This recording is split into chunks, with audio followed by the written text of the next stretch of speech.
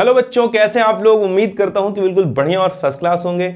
मेरे प्यारे बच्चों, आज के लेक्चर में हम लोग बहुत अच्छी अच्छी बातें पढ़ने वाले हैं। जैसे हम लोग पढ़ने वाले हैं मिल्किंस ऑयल ड्रॉप एक्सपेरिमेंट, और साथ साथ ही हम पढ़ने वाले हैं E/M स्पेसिफिक चार्ज के बारे में। और हम आज के लेक्चर में पढ़ेंगे discovery of anode and cathode rays, और साथ साथ अगर टाइम मिला तो हम ये भी देख लेंगे कि न्यूट्रॉन्स की डिस्कवरी कैसे हुई। तो चलिए हम लोग शुरू करते हैं। सबसे पहले कहां से? मिल्किंस ऑयल ड्रॉप एक्सपेरिमेंट। बच्चों, इस एक्सपेरिमेंट के थ्रू मिल्किन ने सबसे पहले जान लो कि चार्ज ऑफ इलेक्ट्रॉन को जाना। चार्ज ऑफ इलेक्ट्रॉन को बताया कि ये -1.67 इंटू 10⁻⁻⁻19 कूलम के बराबर होता है। बड़ी इंटरेस्टिंग सी बात है। इलेक्ट्रॉन के बारे में सारी जानकारी कलेक्ट किया लगभग थॉमसन ने, उसकी खोज भी किया थॉमसन ने, और उसके E/M के बारे में भी थॉमसन ने ही पता लगाया। बट केवल चार्ज एक है, E/M तो पता लगा लिया था बट चार्ज नहीं पता लगा पाया था। चार्ज के बारे में जाना किसने? मिल्किन ने, अपने इस तरह के एक्सपेरिमेंट से। बहुत ही आसान है बच्चों, एक एक करके हम लोग देखते हैं और चीजों को समझने की कोशिश करते हैं। ये देखिए, यहां पर ऑयल है, और ये ऐसे जैसे हम लोग बचपन में आइसक्रीम बेचने वाला गांव में आता था, ऐसे पों पों दबा के आवाज़ निकालता था तो बच्चे घरों से निकल के चीखते हुए आ जाते थे बाहर। वैसे ही एक इसमें हॉर्न जैसा लगा हुआ है जो एटोमाइज़र का काम करता है। जब हम इसको ऐसे दबाते हैं तो ढेर सारे ऑयल ड्रॉप बहुत टाइनी पार्टिकल्स में कन्वर्ट होकर के इस चैम्बर के अंदर आ जाते हैं। अब यहाँ पर ये जो डायग्राम है वो NCERT का है, ये पूरी तरह से करेक्ट डायग्राम नहीं है। एक्चुअली ऐसे होता है, ये वाला टर्मिनल एनोड होता है और ये वाला टर्मिनल कैथोड होता है। ये प्लेट्स जो हैं बैटरी के पॉजिटिव और नेगेटिव टर्मिनल से जुड़े होते हैं। अब इस पॉजिटिव प्लेट के बीचों बीच देखिए एक छेद होता है। इस छेद में से ये ऑयल ड्रॉपलेट्स नीचे की तरफ गिरते हैं। देखिए ये एक येलो कलर का ऑयल ड्रॉपलेट कंसीडर किया गया है। अब देखिए इधर एक्स रे डाल रहा है। बच्चों, हर जगहों पर हवाएं मौजूद हैं। जहां पे आप बैठ करके लेक्चर देख रहे हो वहां भी हवाएं मौजूद हैं। जहां मैं खड़ा होकर के लेक्चर ले रहा हूं वहां भी हवाएं मौजूद हैं। तो इस चैम्बर के भी भीतर हवाएं मौजूद हैं। एक्स रे जो होता है बहुत हाईली एनर्जेटिक होता है। अगर मैं बात कहूं कि एनर्जी जो है वो किसकी? एक्स रे की। सूर्य से पृथ्वी पर जितनी भी रेज आती हैं उनमें सिर्फ और सिर्फ ये कम होता है energy of gamma and cosmic rays, बाकी सभी से ज्यादा होता है। मींस एक्सरे बहुत पावरफुल रेज में से एक है। जब एक्सरे पास होता है तो गैस, यहां पर जो गैसेस हैं उन गैसेस में क्या होते होंगे? मान लो O2 है सपोज करो, तो O एक दूसरे से बंधा रहता होगा, एक्सरे आकर के टकराता होगा। तो जब भी कभी कोई एनर्जेटिक चीज किसी मॉलिक्यूल से टकराता है तो बॉन्ड टूट जाता है। भाई किसी चीज से जब कोई चीज हाईली एनर्जेटिक चीज टकराएगा तो तोड़ेगा कि नहीं तोड़ेगा? बट ऑब्वियस है।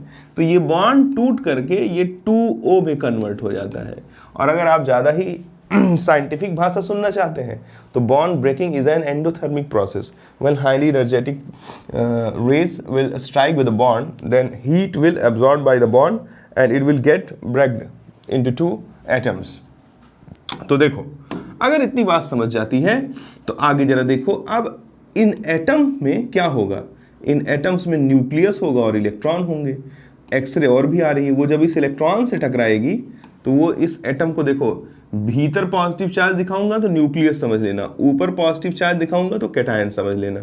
इसको कैटायन और इलेक्ट्रॉन में तोड़ देगा, यानी ओवरऑल आयोनाइज कर देगा। जब किसी एटम को हम कैटायन और इलेक्ट्रॉन में तोड़ देते हैं तो उसे हम बोलते हैं आयोनाइज हो गया। जैसे मान लो कहीं O है and it is converted into O+ and 1 electron, this is gas, this is gas, तो हम बोलेंगे कि क्या हो गया? इसका आयोनाइजेशन हो गया।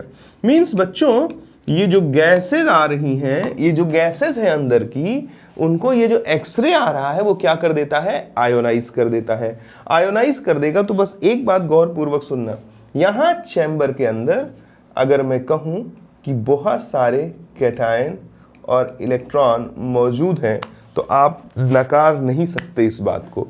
ऊपर से ऑयल ड्रॉपलेट आ रहा है।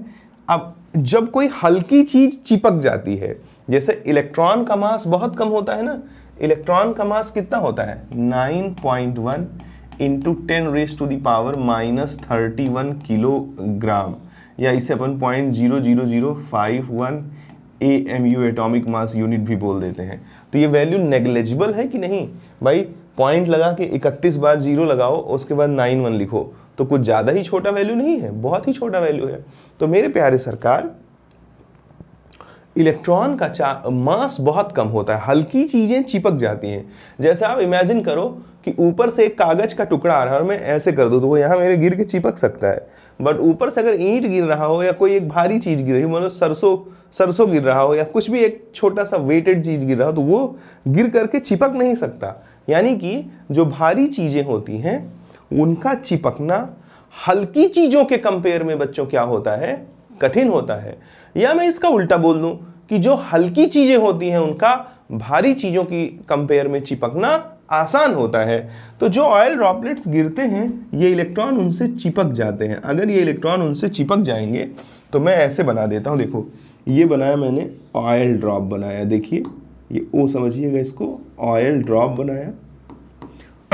और अगर इस ऑयल ड्रॉप से इलेक्ट्रॉन चिपकेगा तो इस पर नेगेटिव चार्ज आ जाएगा। एक इलेक्ट्रॉन चिपकेगा तो एक नेगेटिव चार्ज आएगा, दो इलेक्ट्रॉन चिपकेगा तो दो नेगेटिव चार्ज आ जाएगा, तीन इलेक्ट्रॉन चिपकेगा तो तीन नेगेटिव चार्ज आ जाएगा। प्यारे बच्चों, इस तरह से अब कभी 1.5 इलेक्ट्रॉन और 2.5 इलेक्ट्रॉन तो चिपक नहीं सकता, ये सीधी सीधी बात है। हालांकि उसे अभी मालूम नहीं है कि कितने इलेक्ट्रॉन चिपक रहे हैं। उसने देखा कि जब उसने एटोमाइजर से पंप किया और oil droplets small tiny particles में कन्वर्ट होकर के इस प्लेट में बने होल के थ्रू नीचे की तरफ गिर रहे थे, तो उसने देखा ऊपर से जब वो आ रहे थे तब तो उन पर बहुत चार्ज मौजूद नहीं था, बट जब इस होल से अंदर गिरने लगे तो उन पे नेगेटिव चार्ज मौजूद हो गया। क्या आ गया उन पर? सभी ऑयल ड्रॉप्स पर क्या मौजूद हो गया? Negative charge. तब उनका दिमाग भन्नाया, अच्छा जब नेगेटिव चार्ज मौजूद हो गया यहाँ तक ठीक था, फिर जब उसने उस नेगेटिव चार्ज को मेजर किया तो उसने पाया कि सभी ऑयल ड्रॉप पर जो नेगेटिव चार्ज है वो n इंटू ई के बराबर है। यानी कि वो इलेक्ट्रॉन, एक फिक्स इलेक्ट्रॉन तो बोलना भी उचित नहीं क्योंकि अभी ये पता ही नहीं है कि ये इलेक्ट्रॉन का चार्ज है। उसने देखा कि सभी ऑयल ड्रॉप पर जो चार्ज है वो एक फिक्स वैल्यू -1.67 इंटू 10⁻⁻⁻19 कूलम का क्या है? इंटीग्रल मल्टीपल है। अच्छा, इंटीग्रल मल्टीपल है यानी कि हर ऑयल ड्रॉप का जो चार्ज है Q ऑफ OD, OD लिखूंगा मीन्स ऑयल ड्रॉप, वो क्या है? -1.67 इंटू 10⁻⁻19 कूलम का क्या है बच्चों? इंटीग्रल मल्टीपल है। इंटीग्रल मल्टीपल है यानी ऑयल ड्रॉप पर जो चार्ज है वो इस वैल्यू का 1 गुना हो सकता, 2 गुना हो सकता, 3 गुना हो सकता, 4 गुना हो सकता, 5 गुना हो सकता, मीन्स। लेकिन अगर कोई कहे 2.5 गुना हो जाए, 3.5 गुना हो जाए, 1.7 टाइम हो जाए या 1.89 टाइम हो जाए तो ऐसा पॉसिबल नहीं है। मीन्स कि जो चार्ज है ऑयल ड्रॉप का उसको अपन नेक्स्ट पेज पे लिख देते हैं, चलो। यानी कि जो Q है किसका? ऑयल ड्रॉप का, वो किसके बराबर है? n इंटू -1.67 इंटू 10⁻⁻19 कूलम के बराबर है, जहां पर n की वैल्यू क्या हो सकती है? 1, 2, 3, 4, 5, 6, 7 हो सकती है, लेकिन n की वैल्यू क्या नहीं हो सकती है? 1.3, 2.9, 6.8, ये सब फ्रैक्शनल वैल्यूज या 2.5 नहीं अटेन कर सकता। मीन्स तब वैज्ञानिकों को पता लगा कि इस पूरे पृथ्वी पर जितने भी चार्ज मौजूद हैं वो सबके सब एक फिक्स वैल्यू के इंटीग्रल मल्टीपल हैं, और इसी फिक्स वैल्यू के चार्ज को उन्होंने क्या बोला? चार्ज ऑफ इलेक्ट्रॉन, क्योंकि इससे छोटा तो हो नहीं सकता। Charge of electron. जब ऑयल ड्रॉपलेट से एक इलेक्ट्रॉन चिपकेगा तब इतना चार्ज आएगा, और 2 चिपकेगा तो इसका डबल। वैसे इस बात को जरा फील करो कि क्या 1.5 इलेक्ट्रॉन तो चिपक नहीं सकता ऑयल ड्रॉपलेट से, तो कभी भी फ्रैक्शनल वैल्यू आ ही नहीं सकती है। ये बिल्कुल प्रैक्टिकली प्रूव्ड बात है। तो यहां से मिल्कन ने बताया कि इलेक्ट्रॉन पर चार्ज इतना होता है। एक्चुअली मिल्कन ने जो बताया था ना, उसका डेटा इससे जरा सा डेविएट हो रहा था, यानी वो 1.59 के आसपास था, बट वो एग्जैक्ट वैल्यू के बहुत ज़्यादा क्लोज था बच्चों। जैसे 1.67 है तो 0.5 के आसपास ऐसे कुछ वैल्यूज थी। एग्जैक्ट इतना तो नहीं था, बाद में जब साइंस डेवलप हुई पता लगा कि इलेक्ट्रॉन का चार्ज तो एग्जैक्टली -1.67 होता है, बट जो मिल्केन ने एक्सपेरिमेंट किया था वो इसके लगभग 99.99% क्लोज वैल्यू थी। तो प्यारे सरकारों, हम उसको इसके बराबर ही मान लेते हैं जो भी एक्सेप्टेड चार्ज है इलेक्ट्रॉन का। तो यहाँ से हमने क्या सीखा? यहाँ से हमने सीखा कि जो इलेक्ट्रॉन पर चार्ज है वो -1.67 इंटू 10⁻⁻19 कूलम है, और साथ साथ पूरे ब्रह्मांड में जितने भी नेगेटिव चार्ज मौजूद हैं वो सबके सब इस फिक्स वैल्यू के क्या हैं? इंटीग्रल मल्टीपल हैं। यही था मिल्केन्स का ऑयल ड्रॉप एक्सपेरिमेंट। अब जरा देखो, हम एक और बात देखते हैं जो एनसीईआरटी में दिया हुआ है। बच्चों, अगर मैं ऑयल ड्रॉप पर ओडी लिखूंगा, आप ऑयल ड्रॉप समझना, पता लगाना चाहूं कि कितने फोर्स लग रहे हैं, तो एक उसके मास की वजह से mg फोर्स लग रहा है। और जान लीजिए कि जब भी हम किसी इलेक्ट्रिक फील्ड में, किसी इलेक्ट्रिक फील्ड में किसी पार्टिकल को रखते हैं, किसको रखते हैं? किसी पार्टिकल को रखते हैं, तो देखिएगा हमेशा नेगेटिव चार्ज पर ऊपर की तरफ फोर्स लगाएगा पॉजिटिव प्लेट, और धक्का देगा ऊपर की तरफ कौन? Negative plate. तो ये जो इलेक्ट्रिक फील्ड में फोर्स होता है ना, वो Q इंटू ई के बराबर होता है। ये 11th वालों को याद रखना पड़ेगा कि किसी इलेक्ट्रिक फील्ड में रखे गए चार्ज पार्टिकल पर लगने वाला फोर्स Q इंटू ई के बराबर होता है, जहां E है इलेक्ट्रिक फील्ड का मैग्नीट्यूड और Q है चार्ज। अब जरा देखो इलेक्ट्रॉन पर, जरा इस एक्सपेरिमेंट में देखो पॉजिटिव प्लेट किधर की तरफ है? एनोड किधर है बच्चों? एनोड को देखो ऊपर की तरफ है, और नेगेटिव प्लेट किधर है? नीचे की तरफ है। तो पॉजिटिव और नेगेटिव प्लेट अगर ऊपर नीचे हैं, तो जरा देखो इस चार्ज पार्टिकल पर जो इलेक्ट्रिक फील्ड की वजह से फोर्स होगा वो ऊपर की तरफ लग रहा होगा। यानी कि force due to the plates वो किधर होगा? डायरेक्शन ऑफ फोर्स ये Q इंटू ई ऊपर की तरफ होगा, और इसके वजन की वजह से जो फोर्स होगा वो M इंटू जी किधर होगा? नीचे की तरफ होगा।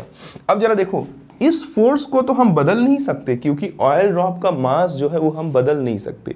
जो भी टाइनी पार्टिकल्स में कन्वर्ट होके ऑयल ड्रॉप गिर रहा है, हम बाहर बैठ के उसका मास तो नहीं बदल सकते। यानी कि जो ग्रेविटेशनल फोर्स नीचे की तरफ उस पर लग रहा है, हम उसमें कोई परिवर्तन नहीं कर सकते। बट बच्चों, जो ऊपर की तरफ फोर्स लग रहा है, हम इसमें चेंजेस कर सकते हैं। कैसे?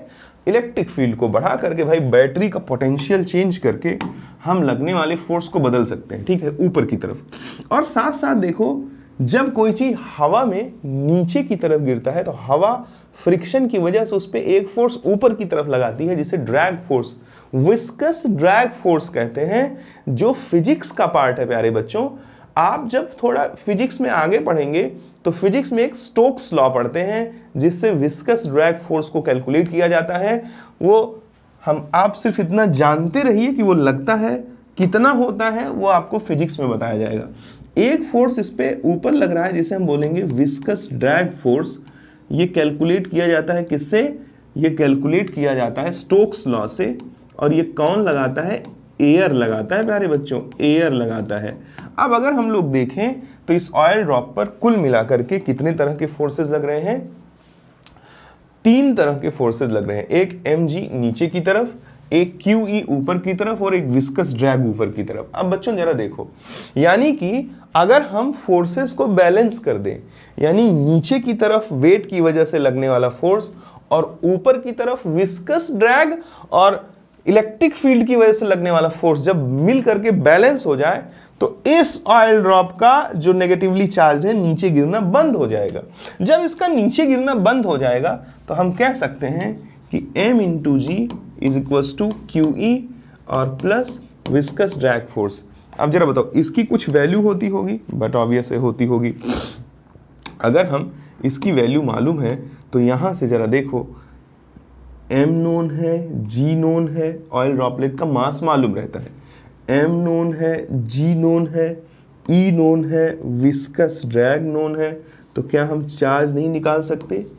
mg minus viscous drag upon electric field करके हम Q की वैल्यू निकाल सकते हैं बहुत आसानी से। प्यारे बच्चों, ये बात जानना इसलिए इंपॉर्टेंट है कि जरा देखो यहाँ इसी प्रक्रिया से मैथमेटिकली निकाला गया, और वो किसके बराबर आया? वो वो आया -1.67 इंटू 10⁻⁻⁹ कूलाम के बराबर। अब इसको पढ़ना और इसको बताना क्यों जरूरी है, देखो क्यों जरूरी है बताता हूं। थोड़ा पानी पी लेता, जुकाम की वजह से गला थोड़ा खराब है।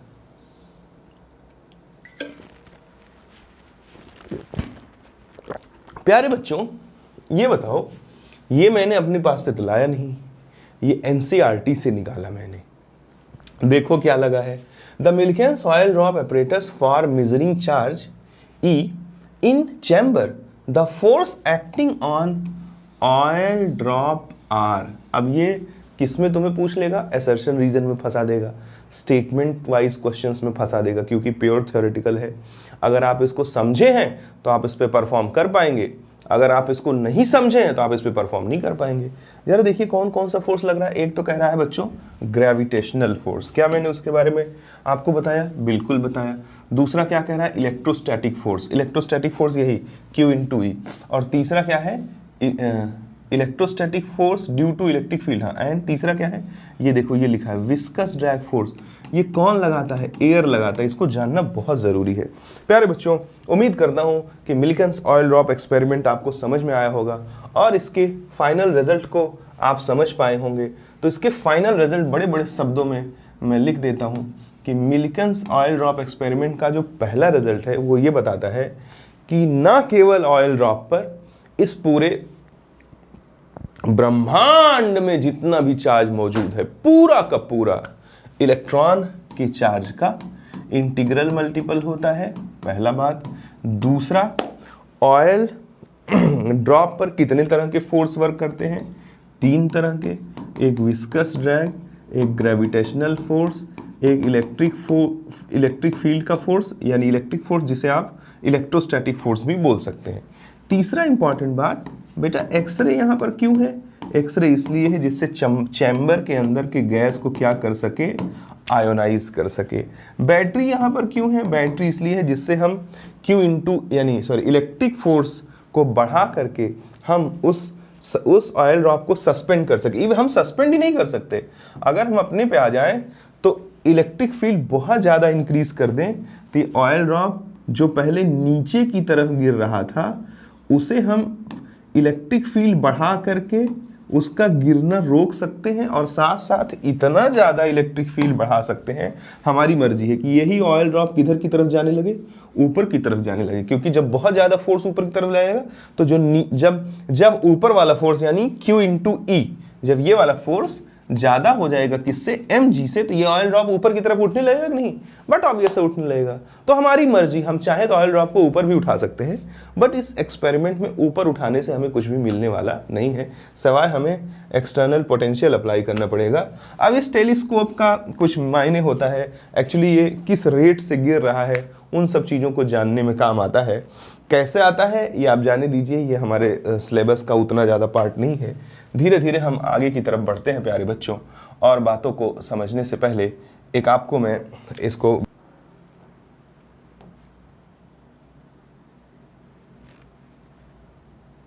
जैसे देखिए बच्चों, हमारे पास ये उसका एक एनिमेटेड वीडियो है, इसमें हम 2-3 चीजें जानते हैं, एक एक्स्ट्रा बात भी जानेंगे कि मास को कैसे उसने जान लिया इससे। देखिए ये हमारे पास एटोमाइजर है, देखिए एक्सपेरिमेंट शुरू होने वाला है। ये हमारे पास एटोमाइजर, ये देखो दबते ही देखो बहुत सारे ऑयल ड्रॉपलेट्स निकले रेड कलर के।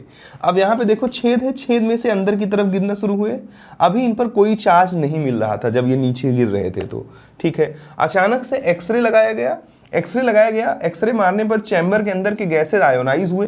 तब जो ड्रॉपलेट गिर रहा था उसको जब देखा गया तो उनपे देखो नेगेटिव चार्ज मौजूद थे। कैसे चार्ज मौजूद थे, दिखा देता हूं कैसे चार्ज मौजूद थे। इन सब पे नेगेटिव चार्ज मौजूद थे, ठीक है। कहाँ गया भाई पेन आ जाओ। देखो ये नेगेटिव चार्ज मौजूद था। अब बच्चों इन पर जो नेगेटिव चार्ज मौजूद था, तो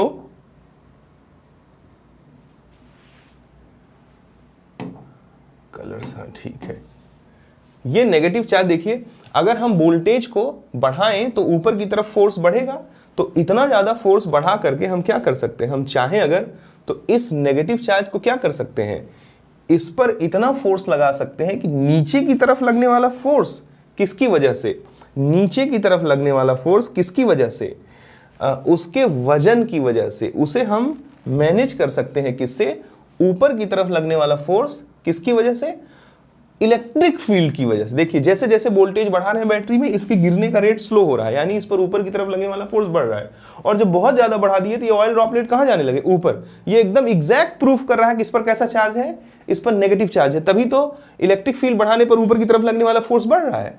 अब जरा देखो, कहता है कि इस ऑयल ड्रॉप पर जिस पर नेगेटिव चार्ज मौजूद है, mg नीचे लग रहा है, QE ऊपर की तरफ लग रहा है, और सिर्फ QE ही नहीं लग रहा है बच्चों, इस पर एक ड्रैग फोर्स भी क्या लग रहा है? एक ड्रैग फोर्स भी लग रहा है ऊपर की तरफ।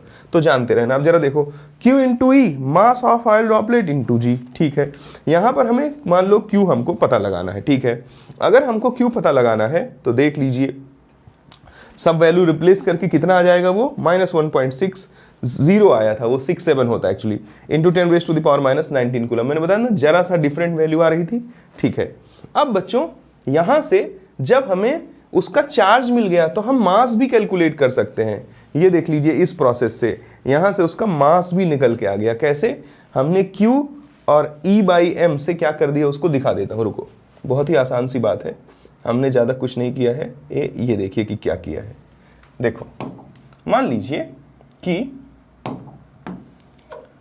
जैसे अगर मैं E/E/m कर दूं तो E से E कैंसिल हो जाएगा और m आ जाएगा। E/m हमको मालूम था और E हमने निकाल दिया, यानी कि अगर हम Q/Q/m कर दें तो ये देखो Q से Q कैंसिल हो जाएगा और जो है हमारे पास m की वैल्यू आ जाएगी। तो इसने वही किया, देखो ये Q है और ये किसकी वैल्यू है? E/m की वैल्यू है। तो यहाँ से ग्राम में वैल्यू आ जाती है किसकी? इसकी 9.1 इंटू 10⁻⁻31 किलोग्राम या 9.1 इंटू 10⁻⁻28 ग्राम। तो इस तरह से हम सिर्फ चार्ज ही नहीं, हम मास ऑफ इलेक्ट्रॉन को भी जान सके। किससे? मिल्कियंस के ऑयल ड्रॉप एक्सपेरिमेंट से, क्योंकि E/m की वैल्यू हमारे पास ऑलरेडी थी। ठीक है, तो उम्मीद करता हूं कि आपको ये बात अच्छे से प्यारे बच्चों समझ में आई होगी। समझ में आई है तो बहुत अच्छी बात, नहीं समझ में आई है तो बताइएगा क्या नहीं समझा और प्रयत्न किया जाएगा। अब बच्चों आगे की तरफ चलेंगे हम लोग और पढ़ेंगे स्पेसिफिक चार्ज को। बहुत ही इंपॉर्टेंट चीज है, केमिस्ट्री में इसकी क्या इंपॉर्टेंस है 1 बाय 1 करके मैं बता देता हूं और बहुत शॉर्ट में समझा देता हूं। देखो प्यारे बच्चों, ये कैथोड है, ये एनोड है, यहां से कौन चल रहा है? इलेक्ट्रॉन बीम चल रही है। देखो इलेक्ट्रॉन बीम यहां से चल रही है। तो ध्यान पूर्वक देखना, इस एपरेटस की सबसे इंपॉर्टेंट बात नंबर 1 है क्या? कि देखो जो इलेक्ट्रिक फील्ड लगा है वो इस ट्यूब के परपेंडिकुलर है। जैसे मान लीजिए कि अगर मैं इसे वो चैम्बर मान लूं जिसमें इलेक्ट्रॉन बह रहा है, तो जो इलेक्ट्रिक फील्ड है वो ऐसे पॉजिटिव प्लेट ऊपर की तरफ है और नेगेटिव प्लेट नीचे की तरफ है। यानी उस गैस चैम्बर से जिसमें या इस एपरेटस बोलूं, गैस चैम्बर बोलना उचित नहीं रहेगा, इस एपरेटस में जिसमें इलेक्ट्रॉन फ्लो कर रहा है उसके परपेंडिकुलर है कौन? Electric field. और मैग्नेटिक फील्ड में जरा देखो ऐसे बना हुआ 3D में है, ये मतलब 2D में है बट ये समझना पड़ेगा 3D में। ये देखो नॉर्थ पोल इधर है तो साउथ पोल इधर है, यानी अगर ये वो ट्यूब है जिसमें इलेक्ट्रॉन फ्लो कर रहा है तो इलेक्ट्रिक फील्ड भी उस पर क्या है? परपेंडिकुलर, और मैग्नेटिक फील्ड भी उसके क्या है? परपेंडिकुलर। और ये इलेक्ट्रिक फील्ड और मैग्नेटिक फील्ड, देखो इलेक्ट्रिक फील्ड और मैग्नेटिक फील्ड ये भी आपस में क्या है? परपेंडिकुलर। तो 3 बातें आपको समझनी पड़ेंगी। पहली बातें ये समझनी पड़ेंगी कि electric field and magnetic field they are perpendicular to each other in experiment। ठीक है, इसके साथ साथ बच्चों आपको एक दूसरी बात भी जाननी पड़ेगी। वो क्या? कि they are मतलब इलेक्ट्रिक फील्ड और magnetic field, they are also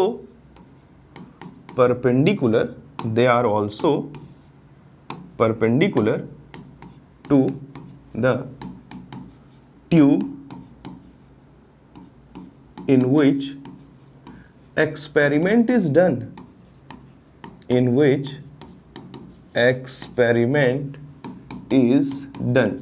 ये उस ट्यूब के भी परपेंडिकुलर है जिसमें एक्सपेरिमेंट किया जा रहा है। अब ध्यान से सुनना प्यारे बच्चों, जब इलेक्ट्रॉन ऐसे आएगा और यहां सिर्फ इलेक्ट्रिक फील्ड हो, ध्यानपूर्वक सुनना, यानी ये मैग्नेट आप मत एज्यूम करो, मैग्नेट हटा दो, तो इलेक्ट्रॉन आएगा तो ये पॉजिटिव प्लेट है। अब पॉजिटिव प्लेट इलेक्ट्रॉन पर ऊपर की तरफ फोर्स लगाएगा और इसका पाथ तो ऐसे सीधे था लेकिन उठ करके यहां चला जाएगा और ए पे स्ट्राइक कर देगा। यानी कि ए पर इलेक्ट्रॉन बीम कब स्ट्राइक करेगी? ए पर तब स्ट्राइक करेगी जब ओनली इलेक्ट्रिक फील्ड हो। ऐसे ही बच्चों मैग्नेटिक फील्ड, अब जरा देखना, इलेक्ट्रिक फील्ड में तुमने फोर्स का डायरेक्शन जान लिया, किधर जाना, आपने जाना कि फोर्स कहां लग रहा है, ऊपर की तरफ। बट मैग्नेटिक फील्ड में फोर्स का डायरेक्शन कैसे जान लिया? इलेक्ट्रॉन पर नेगेटिव चार्ज है, ये पॉजिटिव प्लेट है, पॉजिटिव नेगेटिव को अपनी तरफ खींचेगा, तो सर जी ये आने वाले इलेक्ट्रॉन बीम को ये ऊपर खींचेगा, थोड़ा सा ये वेव उठ जाएगी ऊपर की तरफ, जो इलेक्ट्रॉन वेव है ये जो, या इलेक्ट्रॉन जो रेज आ रही हैं ये ऐसे ऊपर की तरफ उठ जाएंगी, क्योंकि ऊपर पॉजिटिव प्लेट है और इन पर कैसा चार्ज मौजूद है? नेगेटिव चार्ज मौजूद है।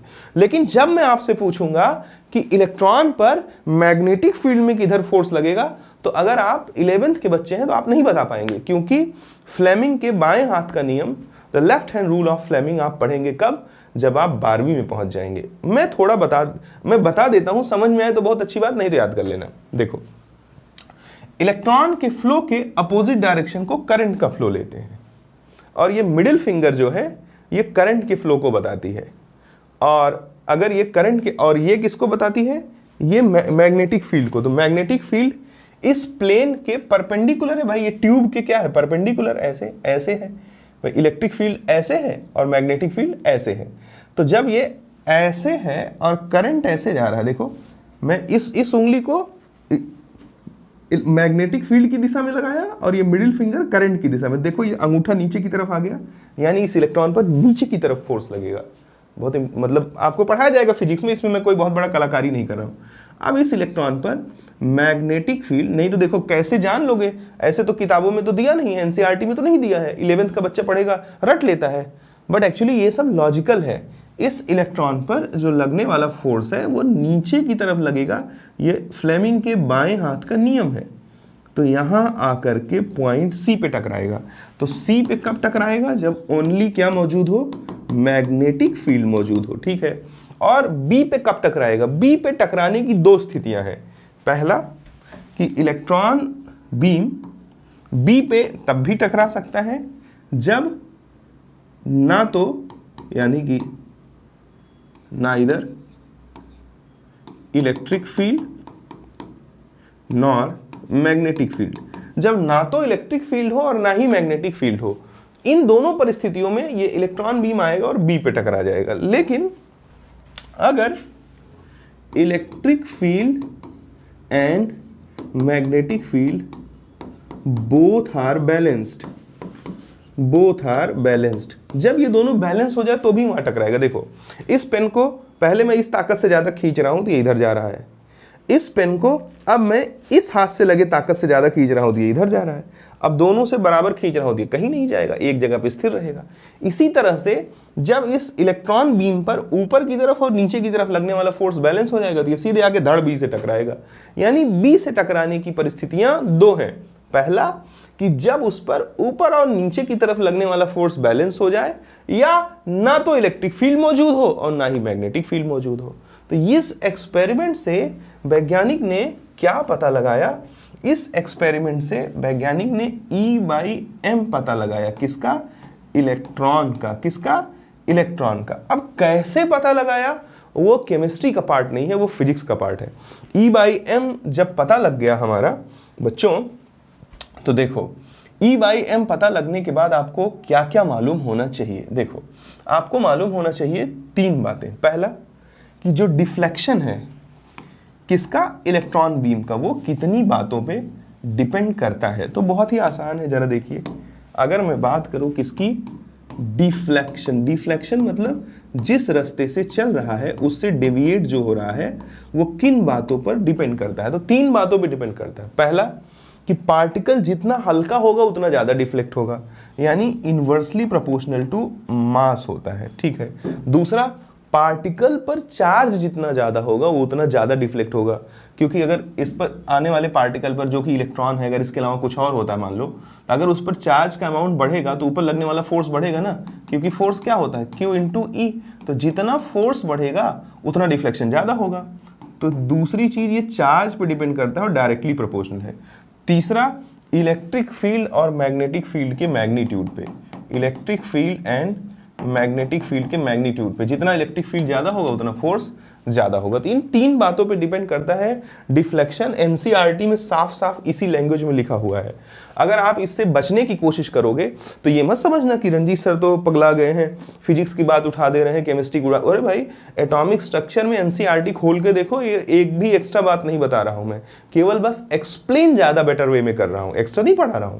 देखो बच्चों, लिखा हुआ है the strength of the electrical और magnetical field, the deflection of the electrons from its original path increases with the increase in the voltage. हाँ, पहला डिपेंडेंसी वो किस पे बोल रहा है, ये पहला पॉइंट है, थोड़ा टाइपिंग को माइंड मत करना, ठीक है। कह रहा है यहां तक, देखो यहां तक, तो ये कहता है the deflection of electrons from its original path increases with the increase in the voltage across the electrode और strength of the magnetic field. तो यही तो मैंने बोला ना, ये देखो इलेक्ट्रिक और मैग्नेटिक फील्ड का स्ट्रेंथ बदल देने। जैसे फोर्स क्या होता है, मैग्नेटिक फोर्स क्या होता है, आई बी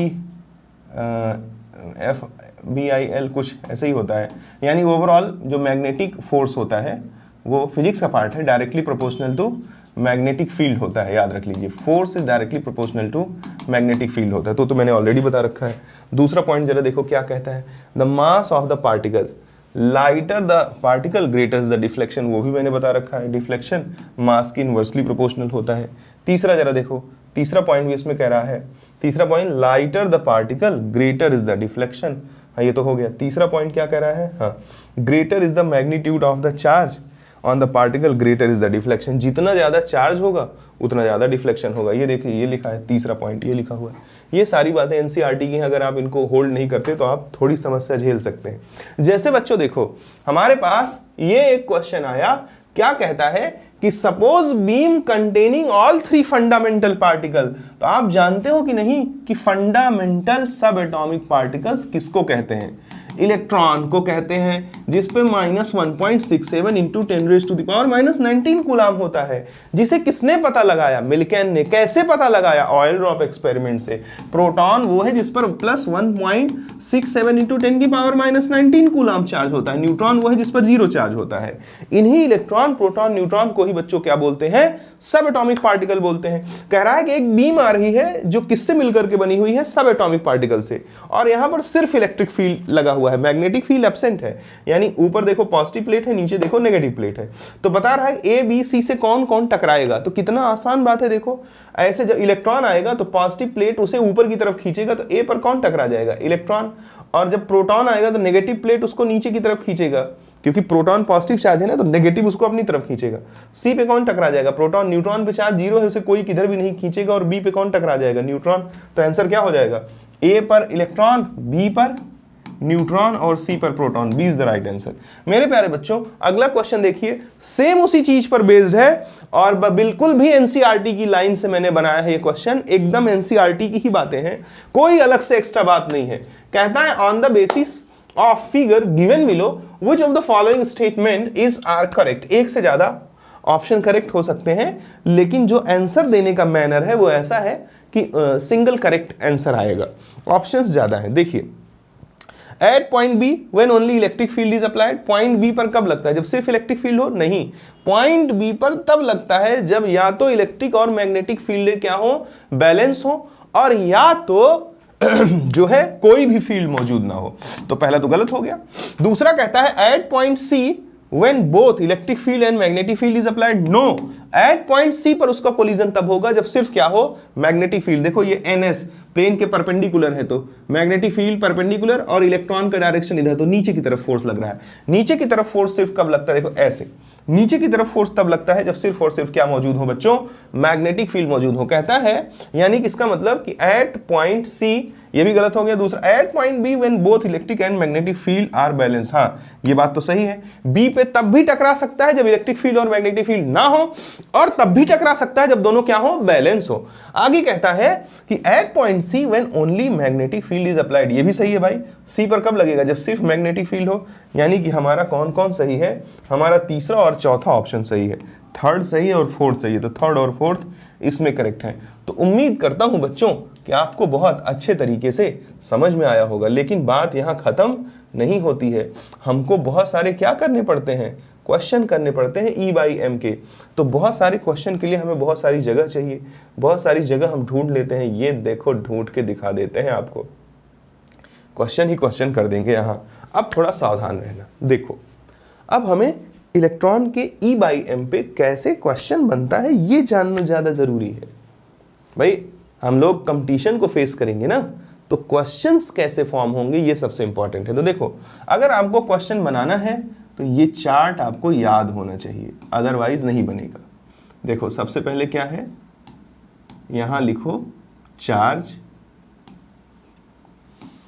यहां लिखो पार्टिकल, पार्टिकल जैसे इलेक्ट्रॉन, प्रोटॉन, न्यूट्रॉन, इनका तो पहले चार्ज याद होना चाहिए। और यहां लिखो मास, और यहां लिखो E बाई एम या Q बाई एम। अब इलेक्ट्रॉन पर चार्ज कितना होता है, होता है -1.67 इंटू 10 की पावर -19 कूलम। जब हम E बाई एम निकालते हैं तो सिर्फ मैग्नीट्यूड से मतलब रखते हैं। आज के बाद हम इसे E बोलेंगे। प्रोटॉन पे चार्ज कितना होता है, +1.67 इंटू 10 की पावर -19 कूलम। जब इसे E बोले तो इसे भी E ही बोलेंगे, क्योंकि वहां भी मतलब मैग्नीट्यूड से था और यहाँ तो पॉजिटिव में है। दोनों चार्जेस एक दूसरे के एग्जैक्टली इक्वल हैं, बस साइन में डिफरेंस है। यहाँ पर चार्ज कितना होता है, 0। इसका मास कितना होता है, 0.00051 AMU। इसका 1.0072 AMU, इसका 1.0074 AMU। यानी कि मास ऑफ प्रोटॉन लगभग बराबर मास ऑफ न्यूट्रॉन के होता है, बट एग्जैक्टली बात किया जाए तो mass of neutron greater then mass of proton होता है, जरा सा ज्यादा होता है। ये सब AMU में है। AMU होता है एटॉमिक मास यूनिट, डिटेल में इसे मोल कॉन्सेप्ट में पढ़ाएंगे। अब जरा देखो यहां जब तुम निकालोगे तो E अपॉन 0.00051 AMU। अब होता क्या है देखो ध्यान से, जो 1 AMU है बच्चों वो 1.67 इंटू 10 की पावर -24 ग्राम के होता है। ये वैल्यू जरा देखो कुछ ज्यादा छोटी नहीं है। 0.1 2 3 4 5 6 7 8 9 10 11 12 13 14 16 17 18 19 20 21 22 23 24 167, इतना छोटा वैल्यू है। ये तो लगभग 0 के ही बराबर है ना बाबा। तो जब लगभग 0 के बराबर वैल्यू से डिवाइड करोगे तो ये लगभग इनफाइनाइट आएगा कि नहीं। ध्यान से लैंग्वेज को ध्यान से समझना, क्योंकि डिनोमिनेटर की वैल्यू अति छोटी है। मैंने मान लिया लगभग 0 के बराबर है। 0 से किसी चीज को डिवाइड कर देते हैं तो आंसर इनफाइनाइट आता है, क्योंकि नीचे वाली वैल्यू लगभग 0 के बराबर थी, इसलिए आंसर लगभग इनफाइनाइट हो जाएगा।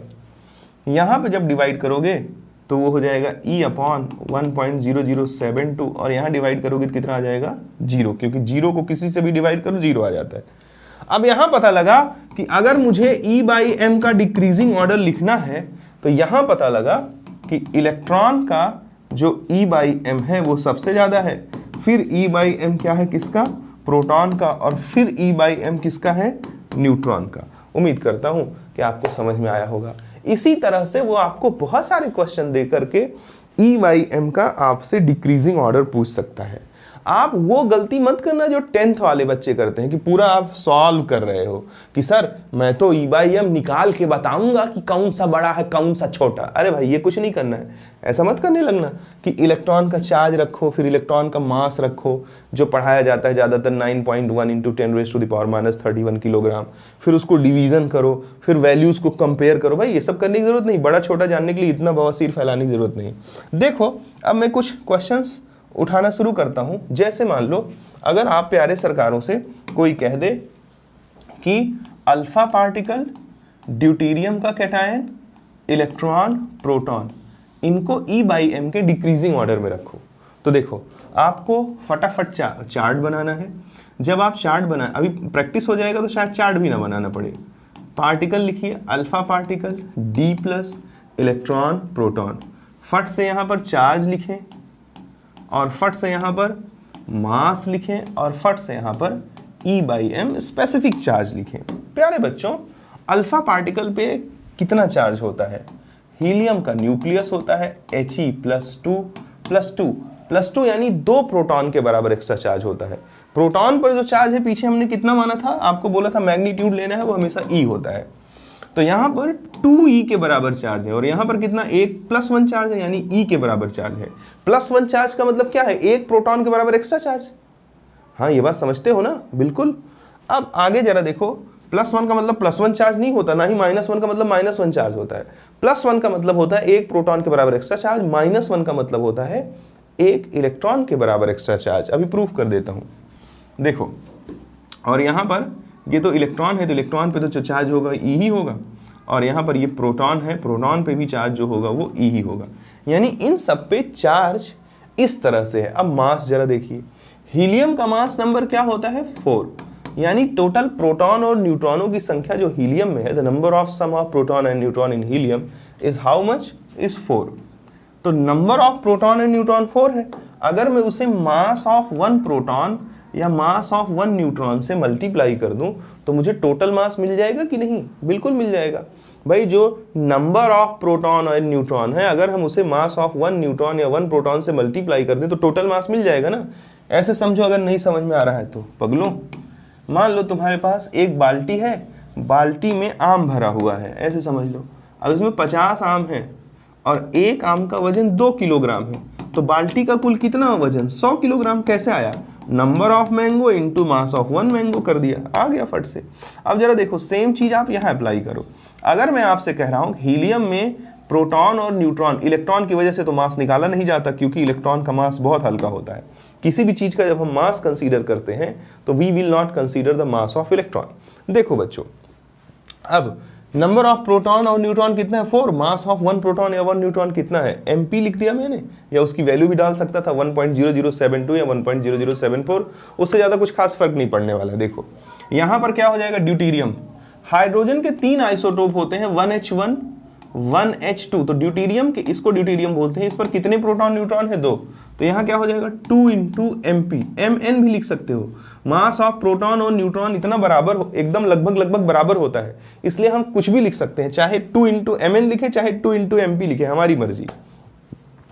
यहाँ पर इलेक्ट्रॉन है तो उसका मास कितना होता है, 0.00051 AMU, ठीक है। और यहाँ पर प्रोटॉन है, प्रोटॉन का मास कितना होता है 1.0072 AMU। तो चलो E/m निकाल दें। देखो क्या हो जाएगा, ये 2E/4 into mass of proton 1.0072, यहाँ क्या हो जाएगा E/2 इंटू 1.0072, यहाँ क्या हो जाएगा E/0.00051, और यहाँ पे क्या हो जाएगा E/1.0072। अब बच्चों एक बात बताओ, सबसे बड़ी वैल्यू तो यही है ना, लगभग इनफाइनाइट आता है, तो आपने यही सबसे पहले लिख देना है E/m ऑफ इलेक्ट्रॉन सबसे बड़ा होगा। अब ये 2 से कट जाएगा और यहाँ क्या हो जाएगा E/2 इंटू 1.0072। अब जरा देखो, जो मैं येलो पेन से सर्कल कर रहा हूँ उसे देखो, ये सॉरी ये तो हो चुका है, और ये, इन तीनों को जरा ध्यान पूर्वक देखो। तो बच्चों धैर्य भी रखना, अगर धैर्य नहीं रखोगे तो क्या सीखोगे, धैर्य नहीं रखोगे तो कुछ नहीं सीखोगे। देखो क्या क्या बोला मैंने, जरा ध्यान से देखो।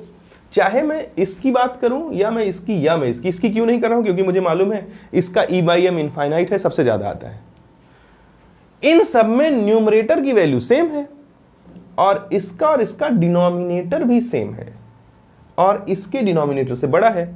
तो कोई भी फ्रैक्शन जो होता है बच्चों, जैसे कहीं लिखा है 2/, कहीं लिखा है मान लो 2/7, 2/5, 2/3, तो अगर न्यूमरेटर सेम है तो जैसे जैसे डिनोमिनेटर घटेगा वैसे ओवरऑल वैल्यू बढ़ेगी कि नहीं। 2 को 3 से डिवाइड करोगे तो जो वैल्यू आएगी, 2 को 5 से डिवाइड करोगे तो जो वैल्यू आएगी, 2 को 7 से डिवाइड करोगे तो जो वैल्यू आएगी, उसमें सबसे बड़ी वैल्यू कौन होगी, जो 2 को 3 से डिवाइड करने पे आता है। यानी कि किसी फ्रैक्शन में अगर न्यूमरेटर सेम हो और डिनोमिनेटर बढ़ रहा हो तो ओवरऑल वैल्यू घटेगी, और डिनोमिनेटर घट रहा हो तो ओवरऑल वैल्यू बढ़ेगी।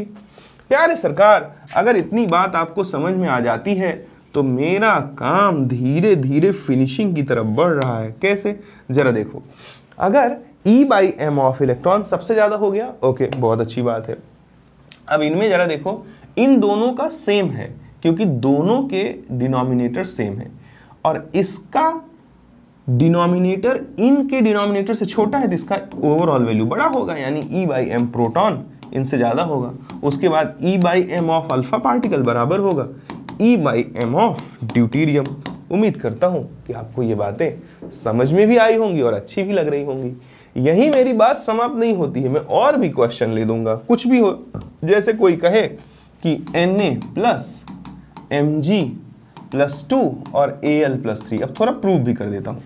Na प्लस का मतलब क्या है, जैसे सोडियम है, सोडियम में से एक इलेक्ट्रॉन निकाल दिया तो Na प्लस बन गया। जरा देखो, यहाँ 11 प्रोटॉन है और 11 इलेक्ट्रॉन है, यहाँ 10 इलेक्ट्रॉन और 11 प्रोटॉन है, क्योंकि इलेक्ट्रॉन बाहर हो गया ना। तो देखो 10 इलेक्ट्रॉन का जो चार्ज होगा वो 10 प्रोटॉन के चार्ज को न्यूट्रल कर देगा, क्योंकि दोनों इस पर -1.67 इंटू 10 की पावर -19 कूलम होता है एक पे, तो 10 पे कितना हो जाएगा इंटू 10, और इस पर प्लस 1.67 इंटू 10 की पावर -19 कूलम होता है एक पे, तो 10 पे कितना हो जाएगा इंटू 2। तो 10 इलेक्ट्रॉन का चार्ज 10 प्रोटॉन के चार्ज को क्या कर देगा बच्चों, न्यूट्रलाइज कर देगा, समाप्त कर देगा। लेकिन एक प्रोटॉन तो एक्स्ट्रा बच जाएगा ना, इसीलिए मैं कहता हूं कि जब कहीं +1 हो तो ये मत बोलो कि उस पर +1 चार्ज है, कहीं +1 है तो ये बोलो कि उस पर एक प्रोटॉन के बराबर एक्स्ट्रा चार्ज है, ठीक है। अब अगर मुझे इनको E/m के ऑर्डर में लिखना है तो देखो, मैं इन्हें डायरेक्ट भी लिख सकता हूं। देखो, जैसे अगर पहले सिस्टम से कर देता फिर डायरेक्ट कर दूंगा। Na प्लस है, Mg प्लस 2 है और Al प्लस 3 को हमें E/m के डिक्रीजिंग या इंक्रीजिंग ऑर्डर में लिखना है। चलो, डिक्रीजिंग बहुत हो गया, इस बार मुझे E/m का इंक्रीजिंग ऑर्डर चाहिए, यानी बढ़ता हुआ क्रम, छोटे से बड़े की तरफ बढ़ना है। बच्चों चलो आते हैं मैदान में। देखो, जैसे सबसे पहला वाला मेथड, पार्टिकल, चार्ज, मास और यहां पर E/m। पार्टिकल है कौन, Na plus Mg plus 2 Al plus 3। जरा बताओ कितना चार्ज है, इस पर एक प्रोटॉन के बराबर E, इस पे 2 प्रोटॉन के बराबर 2E, इस पे 3 प्रोटॉन के बराबर 3। मैंने पीछे भी बोल दिया था, एक प्रोटॉन या एक इलेक्ट्रॉन के चार्ज का हम E/m निकालते समय सिर्फ और सिर्फ क्या कंसीडर करते हैं, मैग्नीट्यूड कंसीडर करते हैं बच्चों। तो मैग्नीट्यूड जब कंसीडर करेंगे तो हमने बोला उसको कितना लेना है, उसको हमेशा E के बराबर लेना है।